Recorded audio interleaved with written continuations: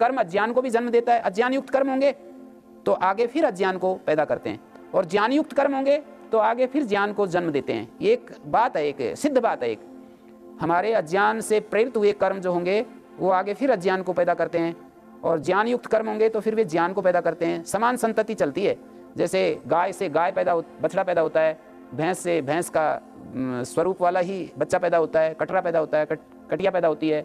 नीम के पौधे से नीम ही पैदा होता है, आम से आम ही पैदा होता है। नीम से आम या आम से नीम नहीं होते हैं। हमारे जीवन में जो हम अज्ञान से प्रेरित होकर के कर्म करेंगे, अर्थात जिन कर्मों में अज्ञान होगा, ये हिंसा आदि जो कर्म होते हैं बिना अज्ञान के नहीं होते हैं।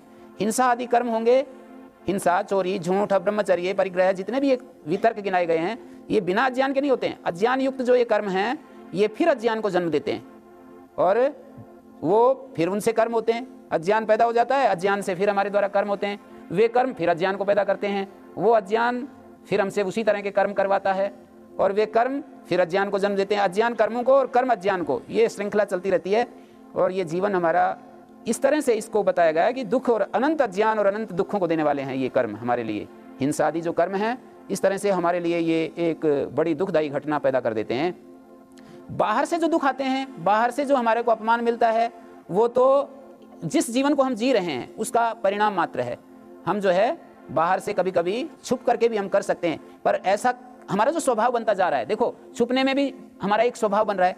हम किसी छल कपट करते हैं तो हम एक स्वभाव बनाते हैं कि हमारे अंदर मन में एक चालाकी खट्टी होती रहती है, छुप करके हमें गलत काम करने की एक आदत क्रिएट होती रहती है।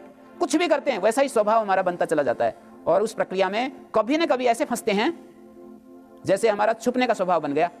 हम जो है, हमारे को किसी ने, समाज ने या हमारे बड़े लोगों ने ऐसा कह दिया कि भाई ये काम गलत है, ऐसा नहीं करना, और हमारी इच्छा बढ़ गई है उस काम के विरोध में, तो हम छुप छुप करके करेंगे।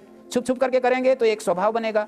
स्वभाव बनते बनते वो इतना ज़्यादा तेज हो जाता है कि बाद में उसको होश ही नहीं रहता है कि कोई पकड़ लेगा, और वो इतना कहीं ना कहीं वो गलती करता है और वो उसका स्वरूप सामने आ जाता है।